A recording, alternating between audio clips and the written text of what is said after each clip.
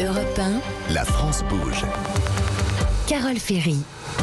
Et c'est le moment d'accueillir notre trophée Europe 1, La France bouge. Chaque jour, un entrepreneur, une entrepreneuse qui vient nous présenter son projet de moins de 3 ans. Ils sont là pour vous convaincre, recevoir les très bons conseils de notre partenaire de CCI France, Nathalie Carré.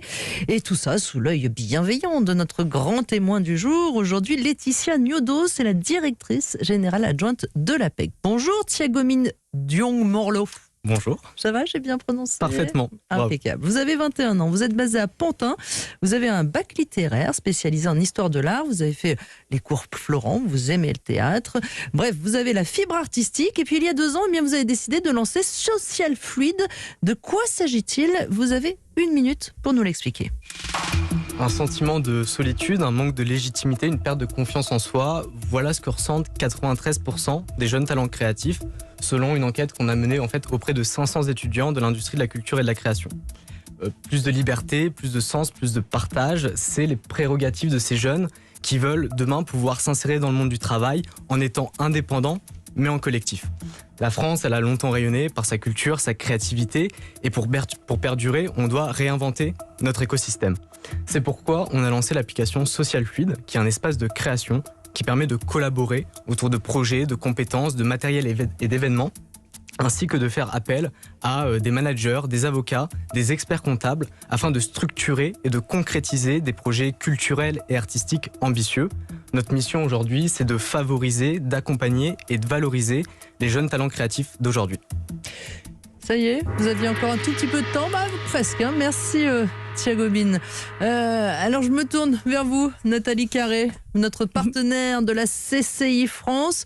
Vous en pensez quoi de ce réseau collaboratif pour... c'est pas des jeunes artistes, ce sont des créatifs de manière générale. Oui, c'est des créatifs de matière générale. On est toujours dans le sujet de l'emploi, mais cette fois-ci un peu différent et avec des profils un peu différents. Alors bonjour Thiago, alors c'est vrai que c'est un vrai sujet. Comment se faire connaître et reconnaître quand on est artiste et que ses compétences sont jugées de façon plutôt subjective et qu'on est un au milieu de 100 000. C'est un peu le sujet. Donc bravo aussi pour le mélange. Il y a de l'inspiration créative, il y a du business. Parce que c'est bien d'être inspiré, mais c'est quand même mieux d'en vivre. C'est tout l'objectif de votre... Surtout pour les artistes. Oui, surtout pour les artistes, c'est ça. Et puis votre application donc, est gratuite, il n'y a donc aucun frein à l'utilisation. Alors vous démarrez, il y a encore pas mal de choses à faire. Déjà vous avez donc un site internet, alors quelques suggestions d'amélioration. Vous annoncez des portraits d'artistes et vous mettez d'ailleurs des images de ces portraits, mais quand on clique dessus, on n'écoute pas les portraits, on ne les lit pas, on arrive sur la page Instagram de l'artiste. En fait on aimerait bien arriver sur le portrait. Idem pour les émissions, vous dites que chaque semaine vous passez 2 heures avec un artiste, mais impossible de les écouter depuis un ordinateur. Puis vous proposez des ambassadeurs, mais on ne les retrouve pas, on ne sait pas ce qu'ils font, on ne sait pas si on peut les contacter, s'ils peuvent nous aider. Le site, ça sert au référencement naturel, donc plus d'explications sur tout ce qu'on peut trouver dans l'appli, avec des détails sur chaque type de contenu. Puis sur l'appli, je cherche toujours mes émissions sur l'appli, mais où sont ces émissions que j'avais envie d'écouter? Pour la partie inspiration, vous avez beaucoup de témoignages et il y en aura de plus en plus. On peut donc passer beaucoup de temps à lire l'autoportrait de Camille, de David, etc. Mais pour qu'ils puissent aider les autres, il faudrait peut-être demander aux auteurs de répondre à certaines questions de type comment as-tu décroché ton premier contrat, où fait ta première vente, où trouves-tu ton inspiration, etc. Histoire de faciliter la lecture des portraits, voire d'organiser les contenus en fonction de ces sujets. Et pour valoriser le parcours de ces jeunes talents créatifs, vous pourriez demander quelle est ta plus grande fierté, t'en es où, tu veux aller où demain, pour montrer justement cette notion de parcours. Puis vous avez une partie accompagnée, donc vous avez aussi des vidéos plus techniques comme la contractualisation ou donc un contrat entre l'auteur et un client par exemple, ou la confiance en soi. On ne sait pas qui parle, ça donne moyennement confiance. Donc dites en quoi la personne qui fait la vidéo est légitime pour parler de ces sujets, voire prenez simplement un professionnel pour en parler. Puis vous pourriez aller plus loin, puisque dans vos vidéos de formation sur les aptitudes par exemple, vous dites soyez comme ci, comme ça, faites ceci, faites cela. Et il manque le moi j'aimerais bien faire comme ci, comme ça, mais comment je fais? Et là peut-être que vous pourriez vendre des moments de coaching payants, puisque tout est gratuit, il faut un peu encaisser aussi de temps en temps. Et donc profitez, vous pourrez tester cette idée en profitant de vos utilisateurs pour voir s'ils seraient intéressés ou pas. Enfin, pour passer à l'étape suivante, il faudra des indicateurs sur les taux d'aboutissement de vos annonces d'opportunités, sur le taux d'abonnement sur Instagram, suite à la lecture des portraits, sur l'utilité perçue des vidéos de formation, tout ça pour donner du crédit à votre réseau. Donc plus d'explications sur le web, plus de structuration sur l'appli pour faciliter l'accès à toutes les ressources et des données tangibles pour prouver l'efficience de votre solution et donner envie aux artistes, mais aussi aux investisseurs de vous rejoindre dans cette belle aventure. Bon, je crois qu'il y a un peu de boulot, Thiago Mine, vous en pensez quoi ? C'est sûr. Je rejoins Nathalie Carré, que je salue, je l'ai eu en cours de master entrepreneuriat. Elle a raison évidemment sur l'ensemble des points. Le manque de structure finalement et d'organisation est lié qu'on avance pas à pas et qu'évidemment le projet s'est construit au fil de l'eau. Là encore, on est à un stade très embryonnaire finalement de la solution qu'on veut pouvoir proposer. L'idée de monétisation, de coaching et d'accompagnement qu'a proposé Nathalie, c'est dans les tuyaux. On est en train de construire évidemment des parcours d'accompagnement. Parce que là, aujourd'hui, tout est gratuit. Effectivement, vous n'en vivez pas, mais vous avez quand même des projets déjà. Il y a les idées que vous a données Nathalie, mais votre idée, c'est quand même de faire payer aussi les entreprises éventuellement. Exactement. Alors en fait, il y a plusieurs choses. Dans un premier temps, on voulait créer un produit et un projet où on allait vraiment essayer de comprendre nos utilisateurs, de comprendre c'est quoi actuellement l'état d'esprit d'un jeune créatif, de quoi il a besoin. Ça a été finalement une forme d'étude de marché dans le dur, en créant quelque chose, en allant se confronter à eux.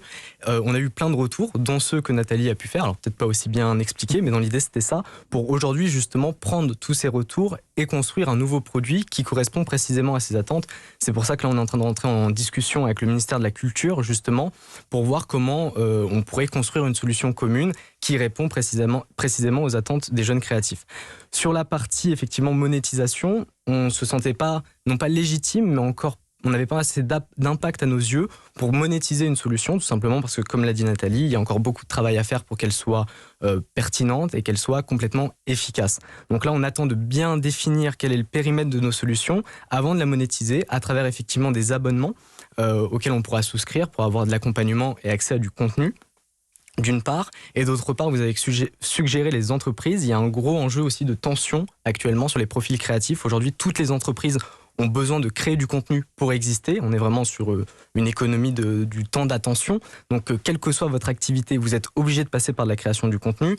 Je ne vous parle même pas des NFT et du métaverse qui va bientôt envahir tout notre écosystème. Il va avoir besoin d'un peu de créatif. Et voilà. Et pour alimenter tous ces contenus, il faut des créatifs qui ont les codes. Donc, forcément, une jeunesse qui est tout aussi digital native. Ça marche pas aux seniors. Encore plus au berceau. Mais c'est bien comme ça, on s'adresse vraiment à tous ce journée. Et donc nous, on a aussi un enjeu, parallèlement au développement de notre activité d'application et de réseau, on veut développer du sourcing pour des entreprises, pour des agences, aller être une forme de chasseur de tête de jeunes talents pour des projets d'entreprise.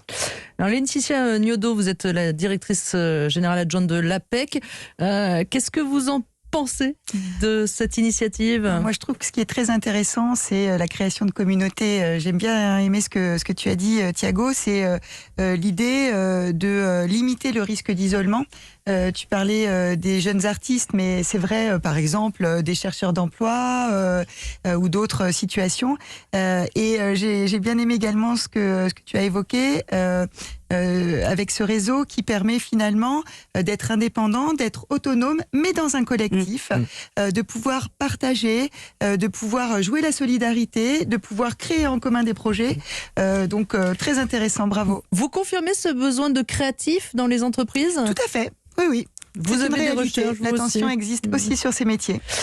Oui, j'allais dire qu'on arrive vraiment sur un siècle du seul ensemble, où il y a eu une tendance au départ à être tous organisés autour d'entreprises. Ensuite, il y a eu l'autre tendance extrême des freelances et de tous les indépendants. Et aujourd'hui, je pense qu'on arrive à une nuance où on va vouloir à la fois être indépendant pour avoir une autonomie, mais une liberté. travailler ensemble. Exactement. Merci Thiagomine Diong-Morlot. Si des artistes, des créatifs nous écoutent, vous pouvez aller retrouver donc ce réseau social, social-fluide.com. Excusez-moi, je me suis un peu emmêlé les pédales. Et si vous aussi, vous avez un projet, vous avez envie d'être challengé par notre patronne ou notre patron du jour, eh bien c'est très simple, vous nous envoyez un mail sur e1-lafrancebouge@europe1.fr et promis, Charlotte Barrican et moi, on lit toutes les candidatures. Nous sommes toujours avec Laetitia Niodo, la directrice générale adjointe de l'APEC. Vous restez avec nous jusqu'à 14h. Europe 1. 13h52 sur Europe 1. À suivre demain, un emploi avec 350 postes à pourvoir et pas que pour les seniors. À tout de suite. Carole Ferry sur Europe 1.